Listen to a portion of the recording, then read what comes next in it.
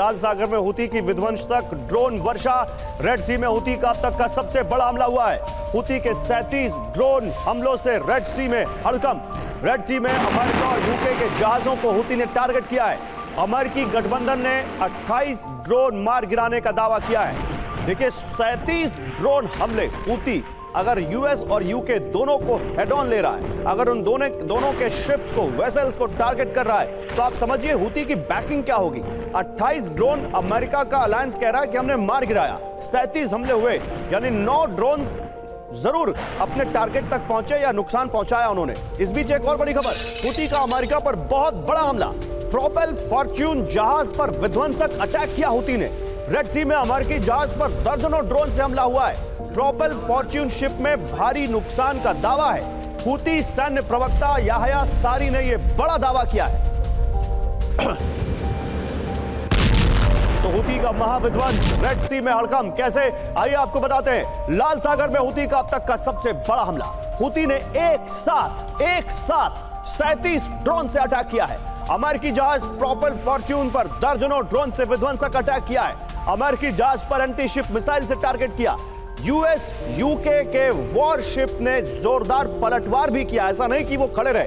अमेरिकी गठबंधन ने 28 ड्रोन मार गिराने का दावा किया है और ये हुती सैन्य प्रवक्ता याहया सारी ने दावा किया है।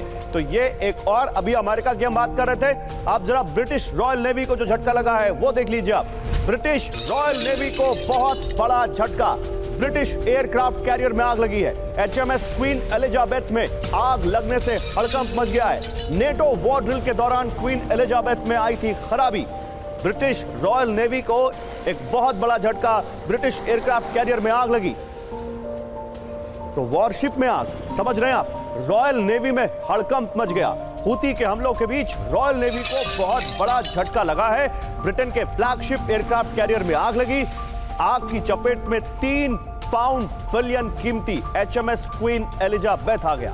आग पर काबू पाने में लगी स्कॉटिश फायर सर्विस। नॉर्वे में नेटो वॉर ड्रिल के दौरान क्वीन एलिजाबेथ में खराबी आई थी। वॉरशिप को NATO war drill steadfast defender से लौटना पड़ा था और इस बीच ये इतना बड़ा नुकसान रॉयल नेवी को।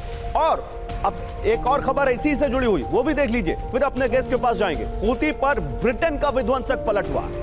ब्रिटिश वॉरशिप से हुती पर मिसाइल अटैक। हम क्वीन एलिजाबेथ की बात कर रहे थे, अब ये एचएमएस रिचमंड देखिए। एचएमएस रिचमंड ने सी सेप्टर मिसाइल से अटैक किया है। मिसाइल अटैक में हुती के 2 ड्रोन तबाह कर दिए सी सेप्टर मिसाइल से यहां पर रिचमंड ने, एचएमएस रिचमंड ने।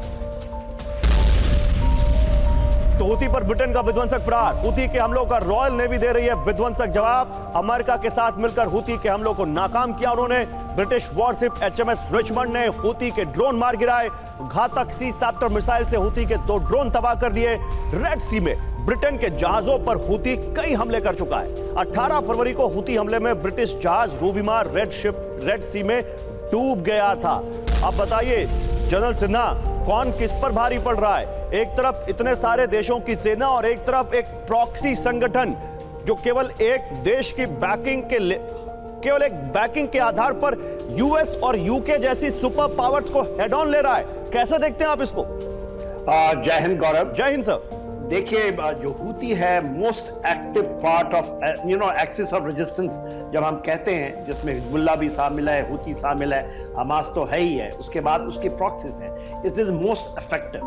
और इसके अंदर में आपने ही बताया कि वो पूरे के पूरे, चाहे वो आपका सी ऑफ जितने भी आपके बल्लभ स्ट्रेट के अंदर में या जो एडन है, गल्फ ऑफ एडन के अंदर में, ये बहुत ज्यादा इफेक्टिव है। मगर एक चीज गौरव समझने की जरूरत है कि देखिए, जब हम फ्रीडम ऑफ नेविगेशन की बात करते हैं, तो हम फ्रीडम ऑफ नेविगेशन में 19 नवंबर 2023 से यदि आप देखेंगे तो लगातार अटैक हो रहे हैं। आपने बताया कि आपने 2 बड़े नाम लिए, रूबीमार का नाम लिया जो कि ऑलरेडी जन समाधि हो चुकी है। yes, आप अपने प्रोपेल फॉर्च्यून की बात की है जो यूनाइटेड स्टेट्स की है, कैरियर है ये, और वहां से उसके ऊपर अटैक हुआ है। 37 आपने एक आंकड़ा दिया, 37 उन्होंने किया। जो एक 1 वे ड्रोन्स हैं उसमें से 28 मारे गए, मतलब तकरीबन 9 उसमें इफेक्टिव हैं कहीं ना कहीं, और इसलिए वहां आगे लग रही हैं, उनके हिट हो रहे हैं। देखिए गौरव, इसको इस तरह से देखना होगा कि हूती ऐसा नहीं है कि हूती ये छोड़ देगा कि जब हमास की लड़ाई खत्म हुई और सब चीज शांत हो जाएगा। इसकी एक टेस्टिंग हो रही है। जब हम बात कह रहे हैं मैरीटाइम डोमेन के अंदर में जो स्ट्रेट्स होते हैं, जैसे स्ट्रेट ऑफ हार्मोज हो या स्ट्रेट ऑफ मलाका हो, इसके बीच में अभी तो हम मंडेब की बात कर रहे हैं, उस स्ट्रेट की बात कर रहे हैं। तो ये आने वाले समय में 21st सेंचुरी का ये सबसे बड़ा फेज है। अब आप हूती को मत आके, आपने ये कहा ना यूके एंड यूएस के ऑपरेशन प्रॉस्पेरिटी गार्डन के 2 मेन है, उसमें अलावा 12 देश और हैं। जो मिशन एस्पेड है जिसमें 37 नेशंस हैं, इंडिया के 10 शिप्स उस इलाके में, इसको रोकना ये एक बहुत बड़ी चुनौती है और ये टेस्ट ग्राउंड है। ये टेस्ट ग्राउंड है। नहीं सर, टेस्ट ग्राउंड है तो ये किस चीज का टेस्ट ग्राउंड है, मैं इस पर आगे आपसे बात करूंगा। टेस्ट ग्राउंड किस चीज के लिए, आप किस बड़े संकट की तरफ इशारा कर रहे हैं, मैं इस पर आऊंगा, लेकिन पहले ये एक बड़ी खबर दिखाना चाहता हूं। सीरिया के एलेप्पो इदलिब में भयंकर जंग, सेना और विद्रोही गुटों में भीषण संघर्ष हुआ है। सीरिया में सीरियाई सेना के हेडक्वार्टर पर हमला किया गया है।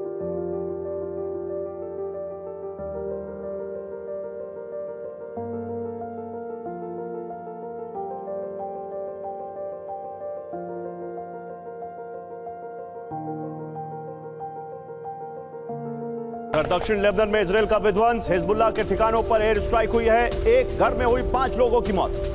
दक्षिण लेबनान में इजरायल का विध्वंस देखिए, एयर स्ट्राइक में एक घर में 5 लोगों की मौत हुई। हवाई हमले में 9 से ज्यादा लोग घायल हुए। लेबनान ने इजरायली हमले का दावा किया।